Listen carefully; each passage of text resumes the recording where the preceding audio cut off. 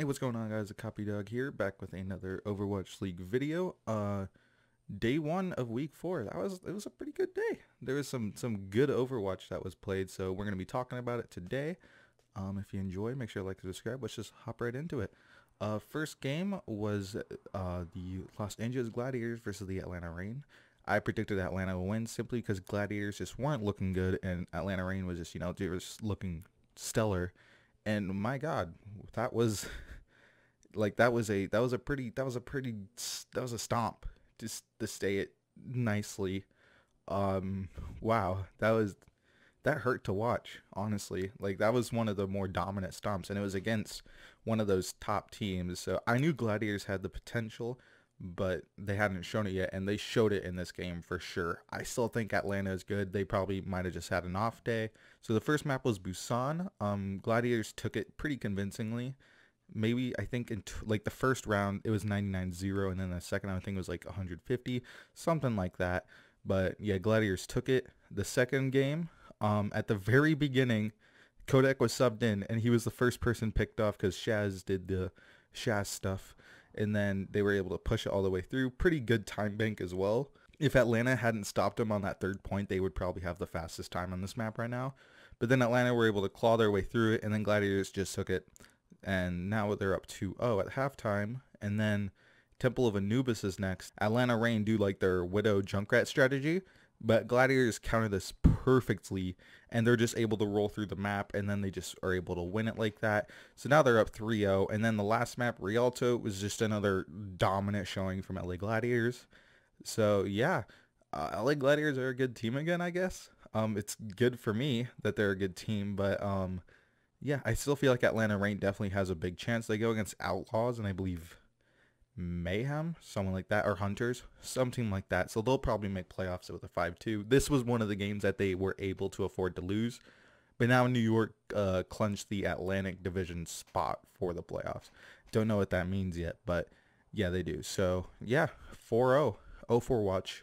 Atlanta Reign got Overwatch. That's pretty surprising for me to say, but yeah, that was the first game. The second game was the Philadelphia Fusion versus the LA Valiant. I predicted Philadelphia to win, and they did, but it wasn't as one-sided as I thought it would be.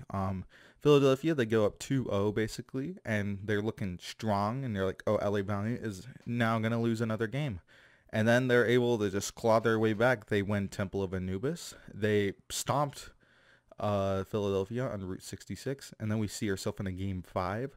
I think Philly took the first point, and then LA Valiant took the second point, and then the third one, Philadelphia were able to just take it. They win the series 3-2. They almost got reverse swept, and if they did, it would have been LA Valiant's first win, which would have been a cool way to win, but they still lost, so there's still problems in the team that they need to fix.